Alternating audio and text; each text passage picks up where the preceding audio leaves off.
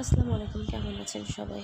এটা হচ্ছে গতকালকের একটা ভিডিও, হাঁসের মাংস রান্না করেছিলাম সেটা। এটা হচ্ছে হাঁসের মাংসের ফাইনাল লুক।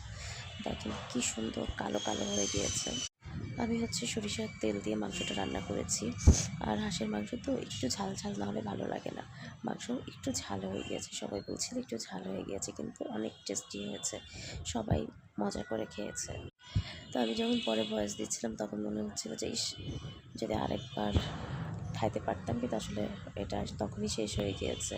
আমরা সবাই মিলে হাড্ডি চিবাইতে চিবাইতে পুরাটাই শেষ করে ফেলেছি। আর হাঁসের মাংস একটু ঝাল ঝাল করে না রান্না করলে আসলে মজাও লাগে না।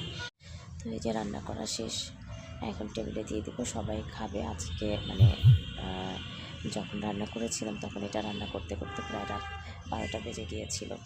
তো এই জন্য সবাই ওয়েট করতেছে, ক্ষুধাও লাগছে অনেক সবার। তো এই যে দেখেন অবশেষে